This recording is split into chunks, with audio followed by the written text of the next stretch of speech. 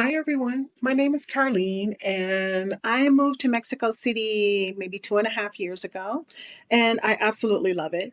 And since I've been here, I've started doing recordings of walking videos, Instagram, and things like that. I'm very happy here since I moved out of the United States. If any of you are thinking about this is a video for you. So I think this will be a series because there's so much to talk about. There's just way too much to talk about. So if you have any questions, please drop them in the comments. And also, if you are looking for more personalized help, that information will be in the description. Okay, so let's get started. Here are 10 things that I love about Mexico City and 3 things that I don't. Number 1, the vibe. This is a really large city, but it has an easy energy that's difficult to put into words. But I can spend hours just walking around with my camera, filming the streets. And most of the time, I'm completely anonymous, just another person in this massive city of 22 million people. No one pays me any attention. And because of that, I feel like it's just mine to explore. I am everywhere. And I'm comparing this to the US, where some people might look at you and wonder why you're in that particular area. So, along with that, what I always find interesting is that if I'm lost, it doesn't take long for someone to approach me and ask if I need help. Well, I should caveat this by saying that as a Black female, I do stand out. But just know that the spirit of kindness is there and people will likely help you if you need it. With this being such a large city, you'll find that there's this really interesting contradiction.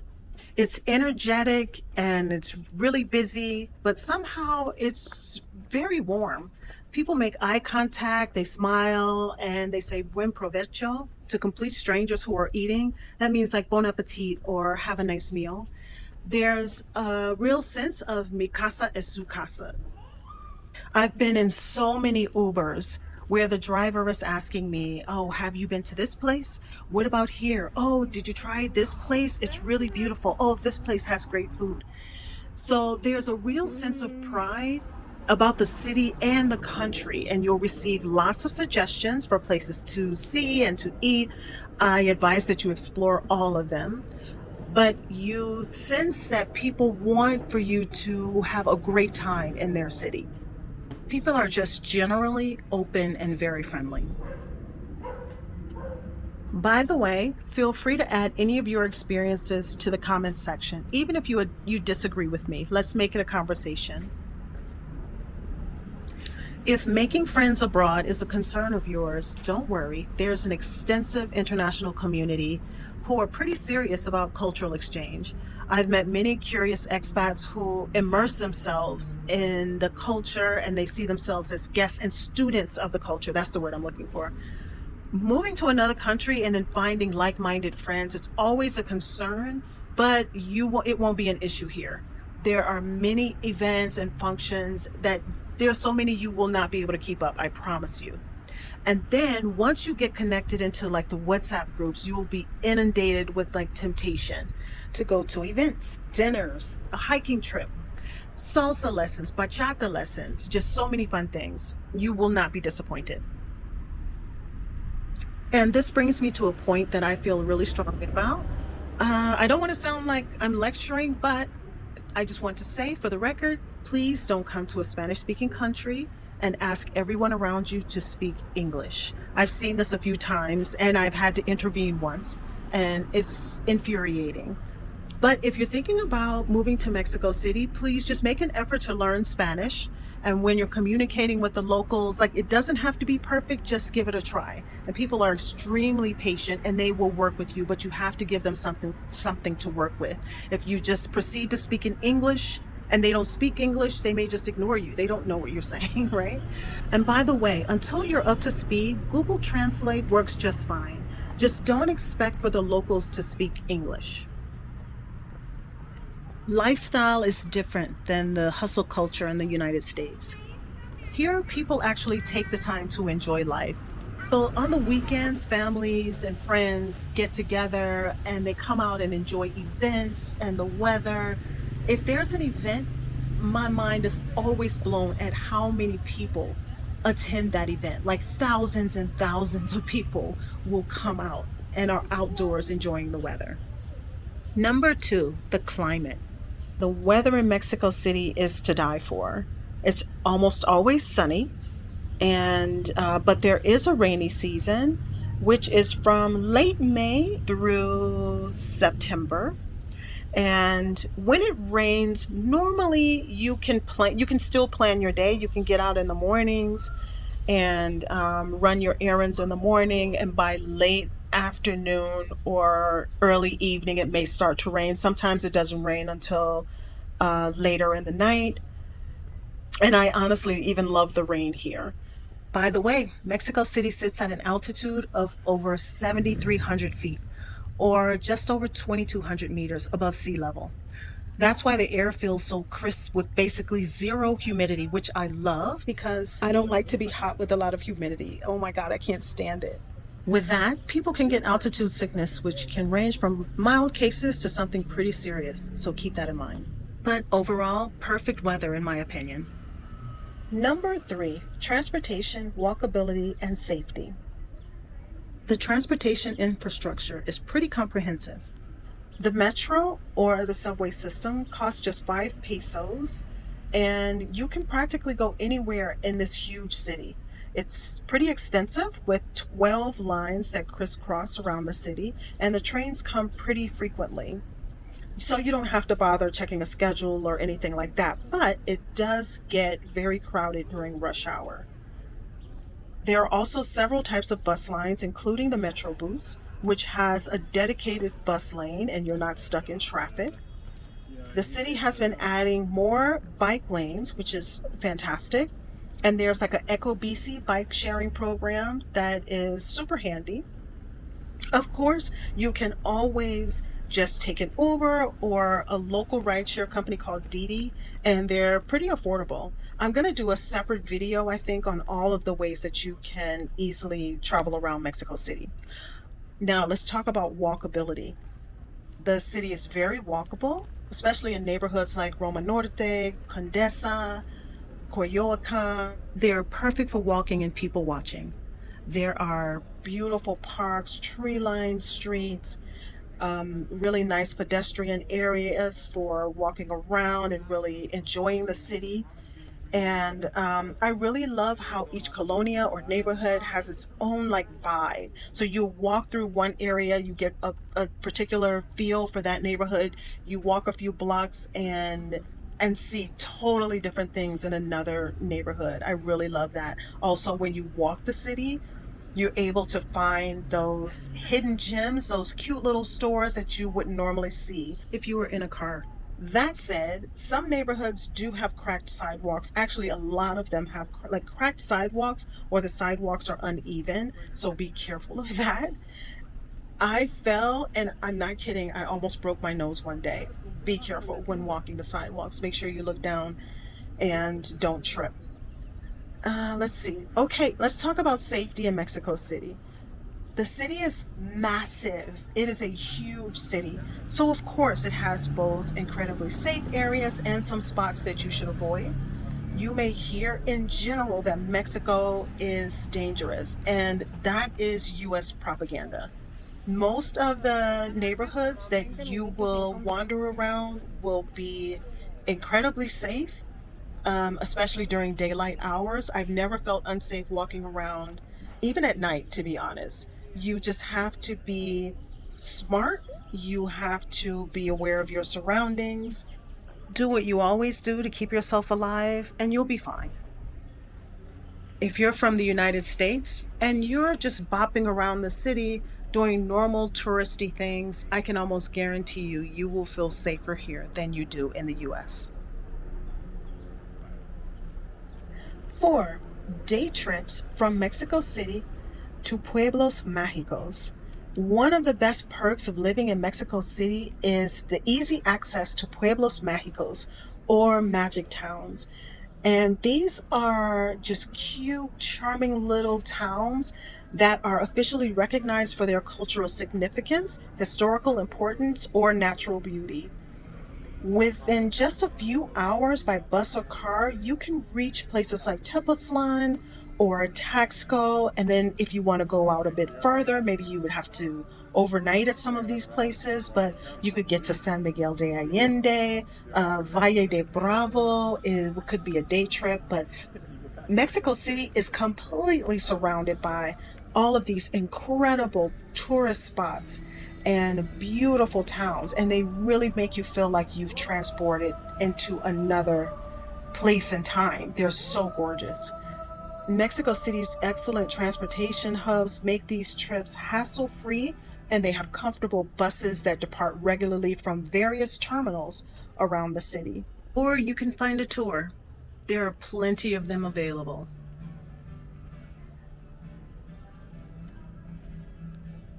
Number 5, you can have a pretty active lifestyle. I'll keep this point brief, but Mexico City is teeming with life. There's a plethora of activity happening every day, and you could be involved in an event every day, literally every day, if you wanted to. It's up to you. Hi, so if you're still hanging out, please like, share, and subscribe. Thanks so much. Number 6, the food. Mexico was recognized by UNESCO with an intangible cultural heritage designation for its gastronomy. This was mainly due to Mexico's preservation of the cultural identity in its dishes. You can have quite unique dining experiences here in CDMX. And what surprised me most is that you can find literally any cuisine here, from Japanese to Italian, Korean, French, Lebanese. Yes, yes, yes, yes. And I want to mention the street food. It's so yummy. It took me a few months to work up the nerve to order food from street carts or los puestos. Why? Because most good street carts will have a crowd of locals around the cart. And you have to kind of get in there and like be like, excuse me, and get to the front and ask lots of questions because you don't know really what anything is. And yeah, it can be a little embarrassing. So one day I decided to power through, and yeah, there was some snickering at my ridiculous questions. And my first order was chicken quesadillas.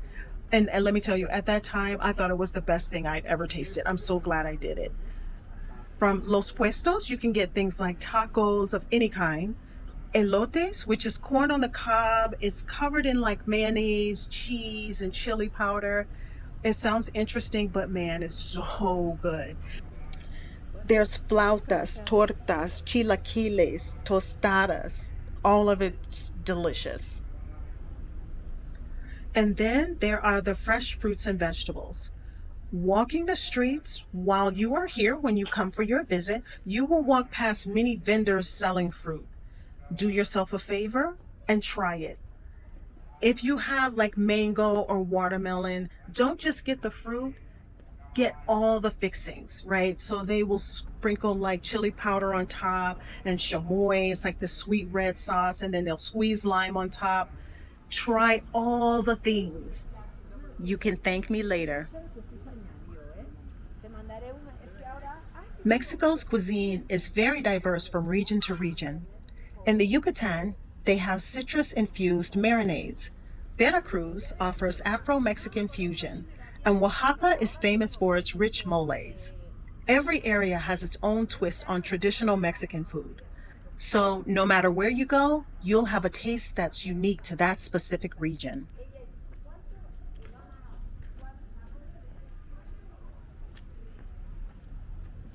All right, healthcare. So this can be a pretty big topic, but I'll try to just cover the basics here. Healthcare in Mexico is actually pretty accessible. Here you've got this mix of public and private systems that work in totally different ways. If you're not covered, private healthcare is actually pretty affordable compared to the United States. I'll just say that about coverage if you want to get healthcare here. But here in Mexico, you'll find world-class hospitals with doctors where many of them speak English. And to fill your prescriptions, first of all, it's super affordable. And secondly, you walk in and walk out 5 minutes, 10 minutes later with your prescriptions. There is no waiting, there is no coming back later. Crazy, right? The first time I experienced this, it blew my mind. I thought I was in the Twilight Zone. I had to like call people, I needed witnesses. All right, so let me tell you how it works. Like if you need a doctor's appointment, you actually just go online, you find a doctor. I looked up at the time I needed an English speaking doctor, and I went online, scheduled an appointment, paid for it at that moment. I think it was like $60, something like that. Went to the doctor. I actually took my niece to the doctor who had gotten like Montezuma's revenge, long story. But I took my niece to the doctor. It was sort of becoming an emergency, but I was able to get in the same day with the doctor. And I didn't see a receptionist. I didn't see any. I went straight into the doctor. She was extremely thorough. She wrote her some prescriptions. We went right after, dropped her off, went and filled the prescriptions that were like, I think it cost me like $25 for maybe 4 or 5 prescriptions. I can't remember. It was super cheap. And then I was in touch with the doctor on WhatsApp. Like the doctor, not her assistant. It was crazy. I was literally floored. Other than that, for minor issues, there are some pharmacies with these little medical stations inside. So I have been to these several times because I come back to Mexico with COVID. It's happened to me like twice. And I come home, I get really sick. I go, they give me a COVID test. And I know, and they can prescribe you certain things. It just in this little pharmacy, you just walk in, you pay a couple bucks, connected to a pharmacy, no appointment needed. It's been very helpful for me.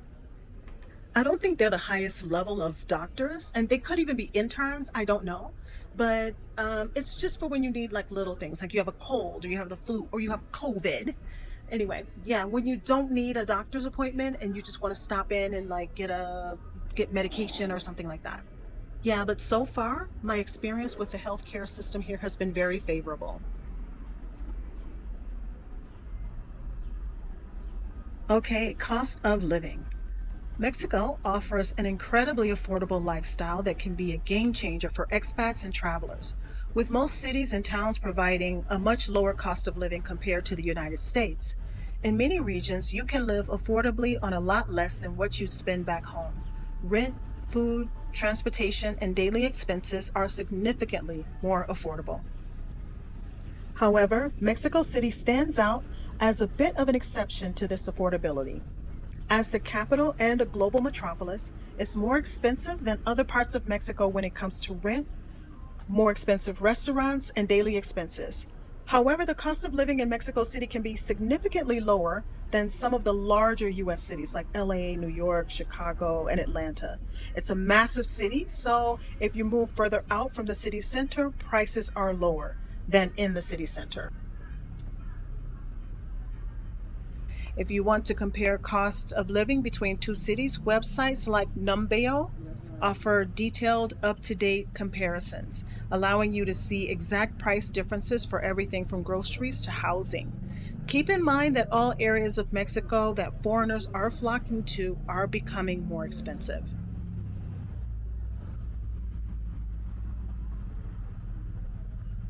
History and culture. Wandering around this ginormous metropolis is like walking through an incredible living museum where history is literally everywhere you look. Walking down the streets, you're basically stepping through centuries of civilization. There are ancient ruins right in the city center. The Zocalo, the main square, is like mind blowing because you've got the massive metropolitan cathedral sitting right next to Aztec temple remains. And you can literally see how centuries of culture have just been built on top of each other. The cultural depth here is something you don't see in most places. Every neighborhood has its own vibe, its own history, and its own stories. There are lots of colorful markets, there are ancient canals, incredible museums that can keep you exploring for weeks. You never run out of stuff to discover. Also, the way Mexicans celebrate their history, whether it's through Day of the Dead, or beautiful, colorful murals that are all over the city, or local festivals. It's like history isn't just something in books or textbooks. It's alive, it's breathing, it's part of everyday life. Peeling the onion. Let me explain. Acclimating to the culture is akin to peeling an onion. The initial exposure is to more of the touristy things. I mean, fun stuff. But as you find good Mexican friends, they will expose you to their traditions, family gatherings, and some local spots that you wouldn't have access to otherwise. And I know that as I become more fluent in Spanish, my experiences will deepen even more. And I am really, really looking forward to that.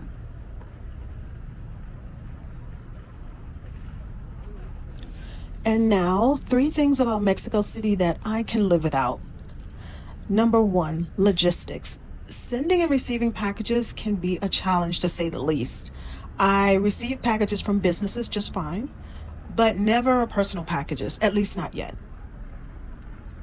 Number two is more of an inconvenience of just living abroad. It's not about Mexico or Mexico City. And that is access to some of my favorite things from the United States. Some of my favorite US brands and products can only be purchased when I go back to the United States. So whenever I visit the US, I stock up on vitamins, clothing, and my favorite beauty products. I always come back with a full suitcase. I take an extra suitcase with me so that I can order everything that I need. It's just the way you have to do things. And number three, earthquakes. Well, in the US, I lived in a part of the country that wasn't prone to earthquakes. So experiencing earthquakes here is pretty scary. I've experienced about 4 earthquakes so far since I moved here. None of them have been crazy. The first one was the worst, but none of them have been like anything life shattering, but they're still scary. And last, something you may not like, and that is noise. Mexico City is vibrant, but it's loud. I've lived in 3 different neighborhoods since I've been here, and one was louder than the next. It doesn't bother me at all. Well, one was pretty loud, but just normal noise in the streets and things like that doesn't bother me at all. But if you need quiet surroundings, you will not be happy here. I can guarantee that. If you're seriously thinking of moving to Mexico City, check the description if you want to book a call with me and I can answer all of your questions. I've lived here for over 2.5 years, like I said, with no real major issues, knock on wood. Of course, there are some challenges, of course there are, but nothing that isn't surpassable. Moving to Mexico has improved the quality of my life exponentially, and I highly recommend it if you're the type of person that's open to major life changes. Thank you for spending this time with me. Don't forget to like and subscribe. Share this with someone you know who is thinking about moving abroad. Thank you for watching.